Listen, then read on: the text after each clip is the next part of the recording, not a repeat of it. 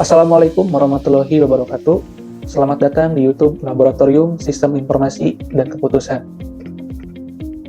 Baik, kali ini kita akan memasuki modul 3, yaitu pengenalan Windows Pre-Pascal. Sebelum kita masuk ke apa itu Pre-Pascal, apa itu bahasa Pascal, dan sebagainya, terlebih dahulu kita harus mengetahui apa itu program komputer. Jadi, program komputer merupakan suatu perangkat lunak atau software yang merupakan runtunan instruksi yang ditulis dalam bentuk kode-kode menggunakan bahasa pemrograman tertentu. Dalam praktikum pemrograman komputer kita kali ini, kita menggunakan bahasa Pascal. Baik, kita langsung masuk saja ke materi. Apa itu Pre-Pascal? Jadi, Pre-Pascal merupakan sebuah sistem pengembangan perangkat lunak yang terdiri atas compiler dan lingkungan pengembangan terintegrasi atau Integrated Development Environment atau IDE. Pada bahasa pemrograman Pascal yang dikembangkan oleh Berlin.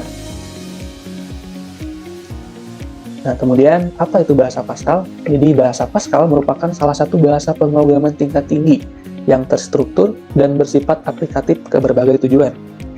Pemrograman tingkat tinggi menandakan bahwa Pascal banyak menggunakan bahasa manusia dalam penulisan sintaksnya. Pascal juga bersifat data-oriented, di mana programmer diberi keleluasaan untuk mendefinisikan datanya sendiri. Secara singkat, saya akan menjelaskan sedikit korelasi antara Pre-Pascal dan juga bahasa Pascal.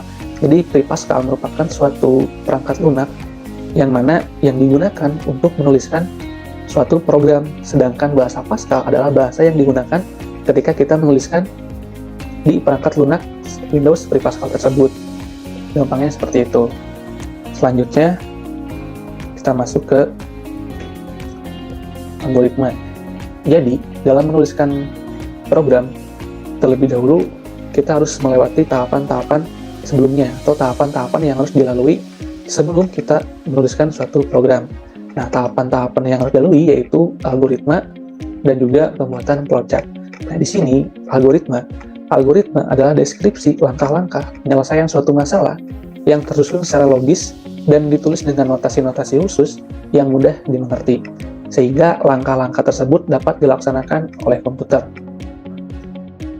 Nah, di sini juga terdapat kriteria ideal suatu algoritma. Jadi dalam penulisan suatu algoritma, perlu adanya kriteria ideal suatu algoritma. Jadi suatu algoritma dapat dikatakan algoritma yang ideal itu memerlukan kriteria sebagai berikut. Yang pertama, terdapat input dan juga output, di mana dalam tulisan algoritma harus terdapat input dan juga output yang jelas, masukan apa yang dibutuhkan oleh algoritma dan output seperti apa yang nanti akan dilakukannya. Kemudian yang kedua ada terstruktur. Terstruktur dalam artian dalam penulisan algoritma ini tersusun secara jelas gitu. Seperti apa yang telah dijelaskan tadi, terdapat input dan juga output. Nah, untuk secara lengkapnya, algoritma ini terstruktur, tersusun oleh input, proses, dan juga output. Jadi, itulah mengapa algoritma dikatakan terstruktur. Kemudian yang terakhir atau yang ketiga, yaitu efektif dan efisien. Algoritma dikatakan efektif karena urutan langkahnya dikerjakan dalam waktu yang cukup relatif cepat. Sedangkan algoritma dikatakan efisien karena dalam penulisan algoritma kita tidak perlu menuliskan langkah-langkah secara panjang lebar.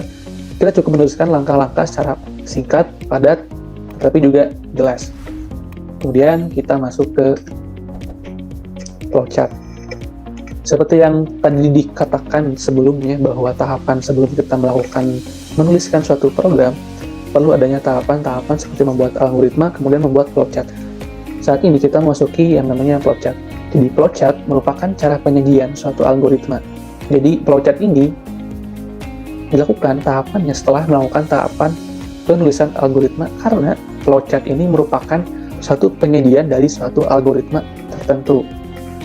Kemudian secara umum simbol flowchart dapat diperlihatkan dalam gambar berikut ini. Nah, yang pertama ada proses, yang mana seperti pada contoh, proses ini terdapat di dalamnya terdapat juga yang namanya proses.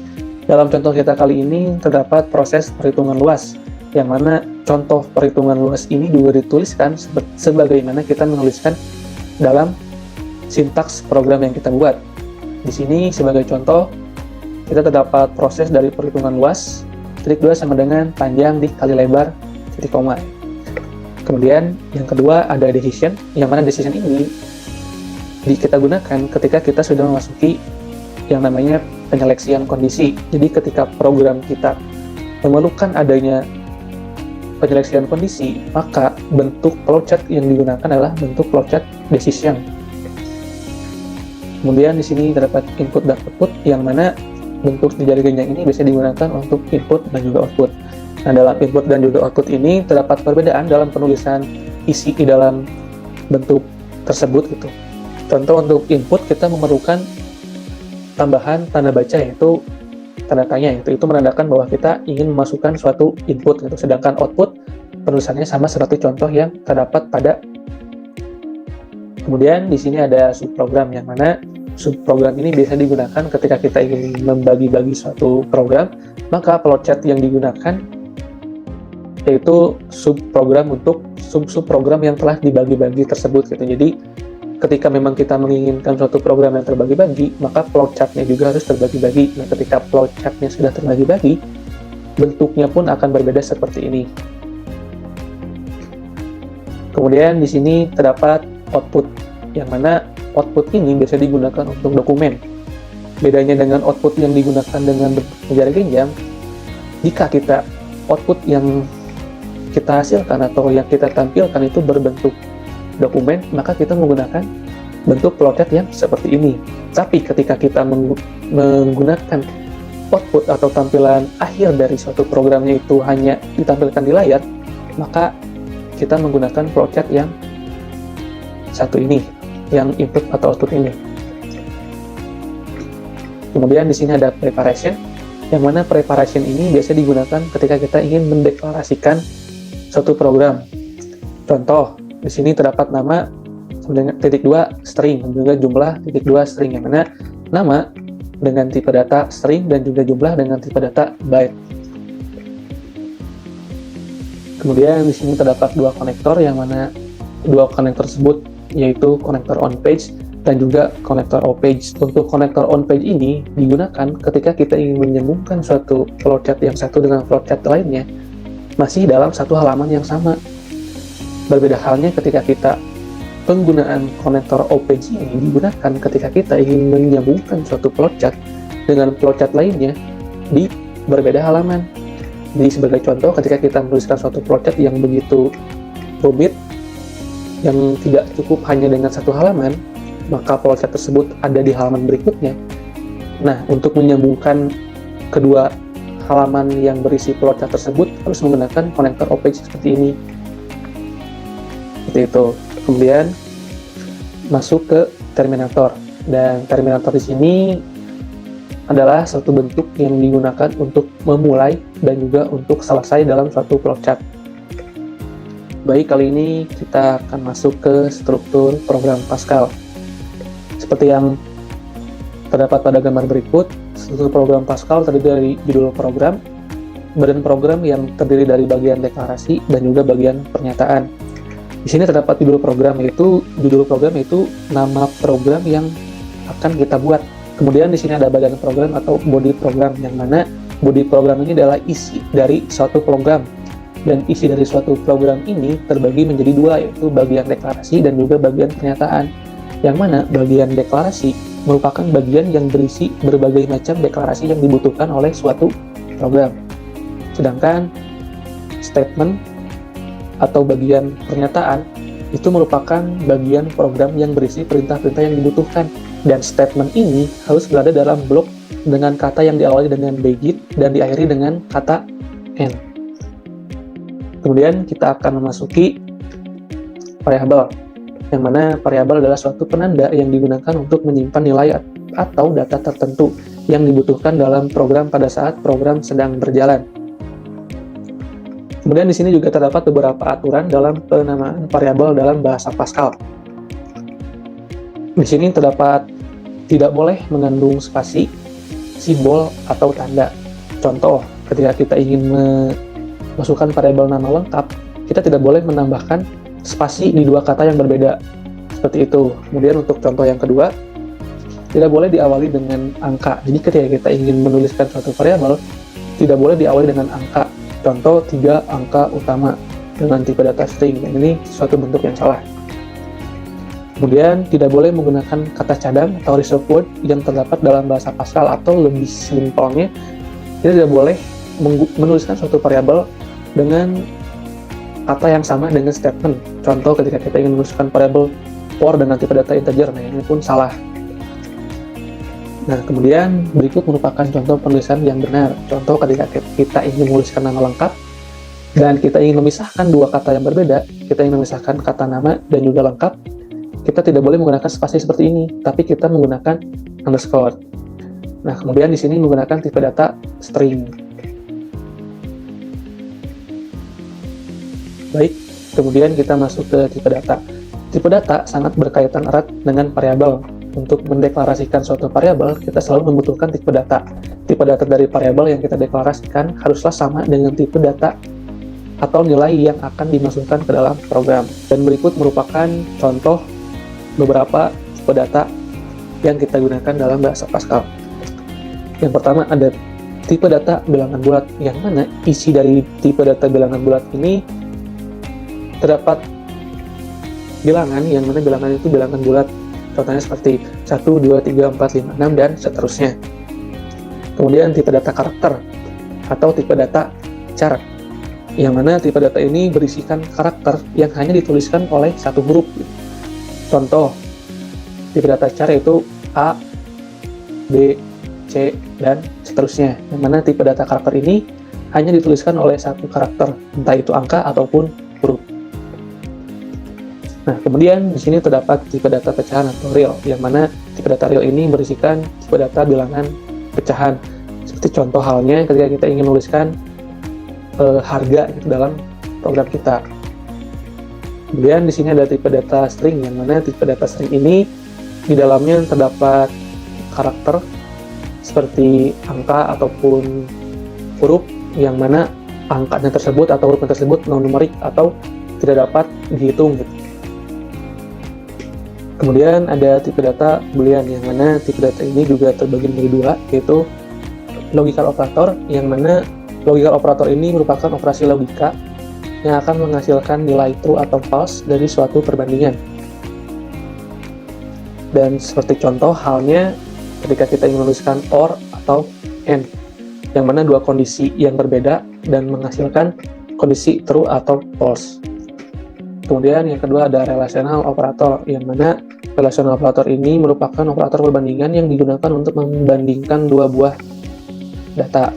Dan sebagai contoh, ketika kita menuliskan sama dengan, kurang dari, lebih dari sama dengan, kurang dari sama dengan, dan juga tidak sama dengan. Baik, kita lanjut ke statement-statement yang ada pada program Pascal. Yang pertama terdapat prosedur .exe, yaitu secara singkatnya prosedur .exe ini untuk menempatkan kursor di layar. Seperti dalam halnya keterangannya, X sama dengan sumbu X di posisi horizontal, sedangkan Y sama dengan sumbu Y yaitu posisi vertikal. Dan untuk contoh penulisannya juga seperti ini, .xy X, Y, titik 2 byte. Ini berarti penulisan .exe ini terdapat X dan Y, yang mana X ini merupakan sumbu posisi dengan horizontal, sedangkan Y adalah sumbu Y dengan posisi vertikal dalam output program yang dihasilkan. Dan di sini menggunakan tipe data byte. Kemudian di sini prosedur text color, yaitu untuk mengatur warna dari karakter-karakter di layar. Contoh penulisannya seperti ini, text color titik 2 byte. Kemudian di sini juga terdapat fungsi upcase, yang mana untuk menaikkan case atau harkat suatu variabel karakter sehingga huruf kecil menjadi huruf besar. Nah, untuk contoh penulisannya seperti ini, S titik 2 sama dengan upcase variabel S. Keterangan S di sini yaitu variabel bertipe karakter. Jadi hanya variabel yang bertipe karakter saja yang bisa digunakan upcase ini. Kemudian di sini ada text background, yaitu untuk mengatur warna latar belakang dari karakter-karakter di layar. Berbeda halnya dengan prosedur text color, text background ini adalah mengubah warna dari si background output yang kita mau gitu. Itu contoh penulisannya, yaitu text background color byte. Nah, baik, di sini ada tampilan running program. Di sini saya akan memperlihatkan bagaimana tampilan ketika input data pelanggan. Yang mana di sini sebagai contoh kita menggunakan contoh toko aksesoris HP ketika melakukan input data pelanggan. Seperti yang terlihat di sini ada nama pelanggan, nama barang, jumlah barang, status, hadiah, harga barang, dan juga diskon. Nah, seperti inilah tampilan yang nantinya akan kita buat gitu, tampilan ketika kita input data pelanggan. Dan di sini juga terdapat tampilan ketika output struk pembayaran. Jadi ketika kita sudah menginputkan data pelanggan, maka output dari si input yang telah ditambahkan tersebut akan berupa struk pembayaran seperti ini, yang nantinya kita akan buat, yaitu tentang toko aksesoris HP. Seperti yang telah tadi diinputkan, terdapat nama pelanggan, nama barang, jumlah barang, status, hadiah, dan lain-lain. Seperti itu. Baik, mungkin untuk materi dicukupkan sekian. Setelah ini kita lanjut untuk ke studi kasus toko aksesoris HP. Baik, di sini kita langsung saja masuk ke contoh studi kasus. Yang mana contoh studi kasusnya ini merupakan studi kasus toko aksesoris HP. Seperti yang telah dijelaskan sebelumnya, bahwasanya sebelum kita melakukan penulisan suatu program, kita diharuskan melakukan tahapan-tahapan sebelumnya, yaitu membuat satu algoritma, kemudian membuat flowchart, baru setelah itu kita lanjut untuk menuliskan suatu program. Nah, di sini saya sudah membuat algoritma dari toko aksesoris HP. Yang pertama, di sini terdapat mulai dan juga selesai. Dan kemudian ini juga merupakan suatu runutan yang nantinya akan dihasilkan oleh program yang nanti kita buat. Seperti masukkan nama pelanggan, masukkan nama barang, masukkan jumlah barang, masukkan status, masukkan hadiah, dan seterusnya. Sampai di sini juga terdapat proses total pembayaran untuk menghitung jumlah total pembayaran dan juga untuk menghitung jumlah kembalian. Dan di sini juga terdapat output, yaitu tampilkan nama pelanggan, tampilkan nama barang, dan juga seterusnya. Dan perlu diketahui bahwa penulisan algoritma ini penulisannya itu tersusun, terstruktur.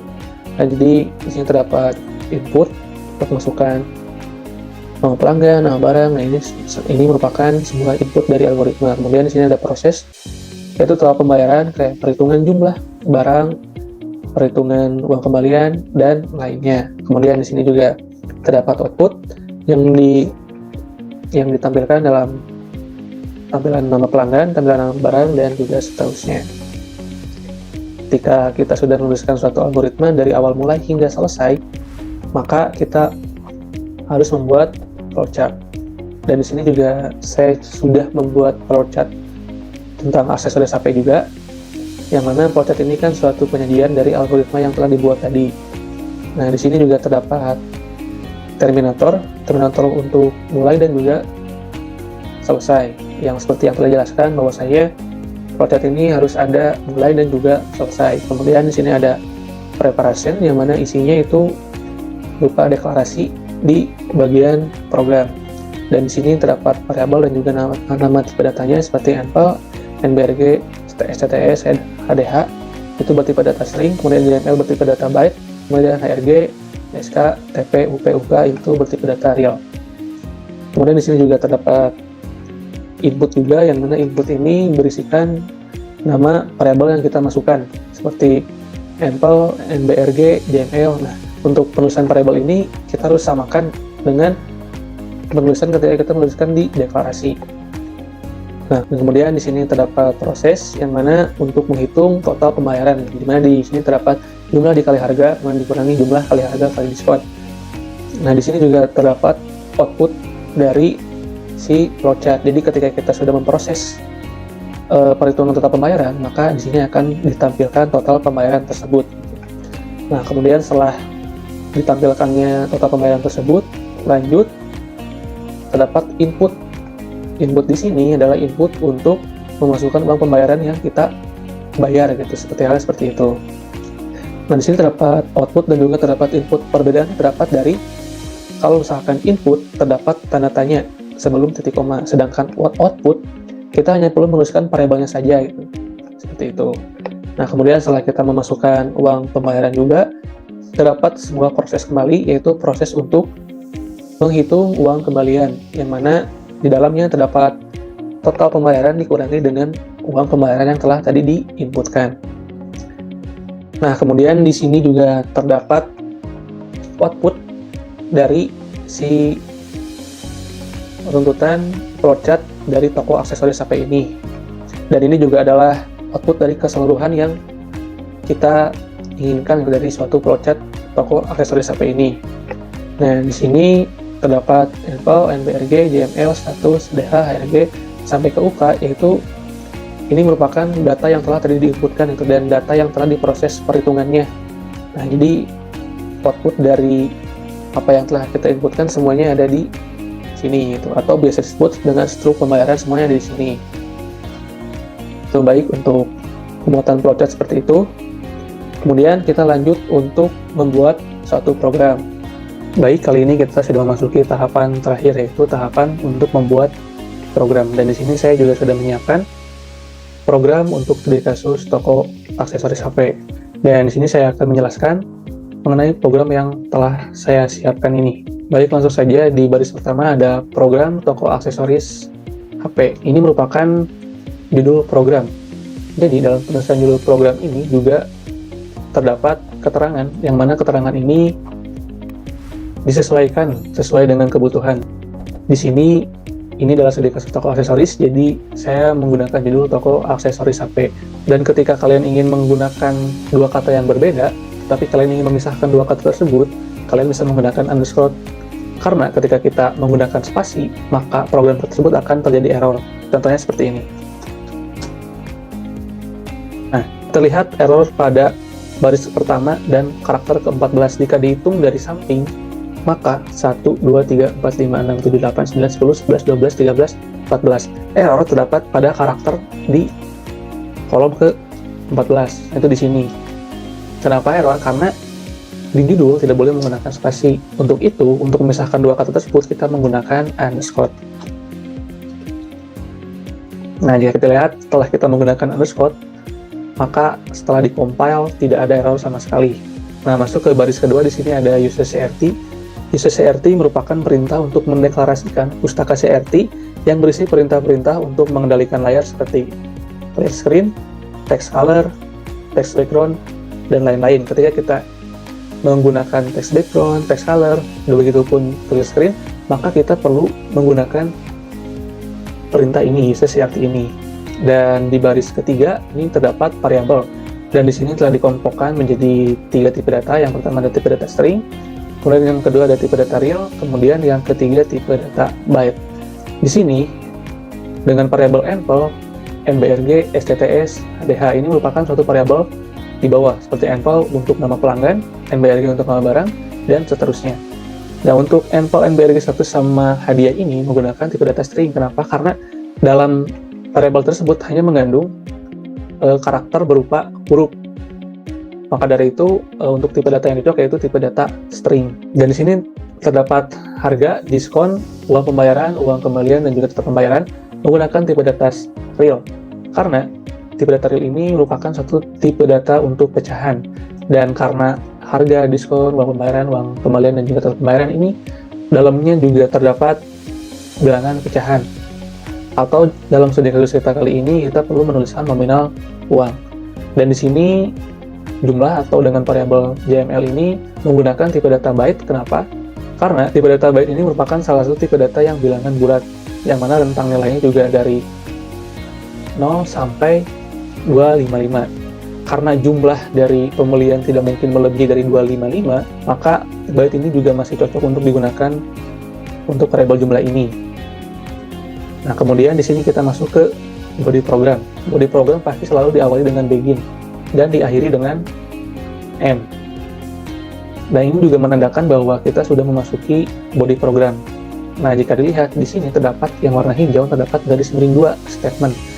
Garis miring 2 menandakan bahwa itu hanya komentar atau itu hanya keterangan, tidak akan terdeteksi ini tuh sintaks oleh Windows 3 Pascal ini karena sudah ditandai dengan garis miring 2 bahwasanya ini adalah sebuah komentar atau hanya keterangan yang digunakan untuk menandai biasanya.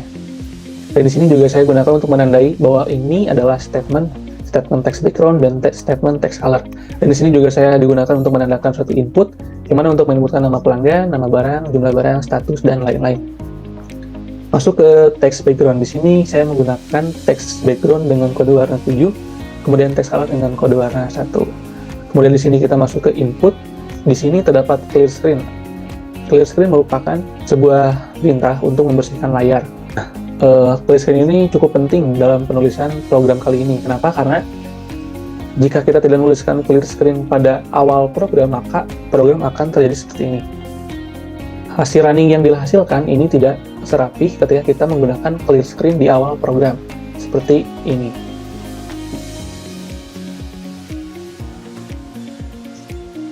Nah, ini adalah tampilan ketika kita sudah menggunakan clear screen di awal program, maka akan terlihat lebih rapih.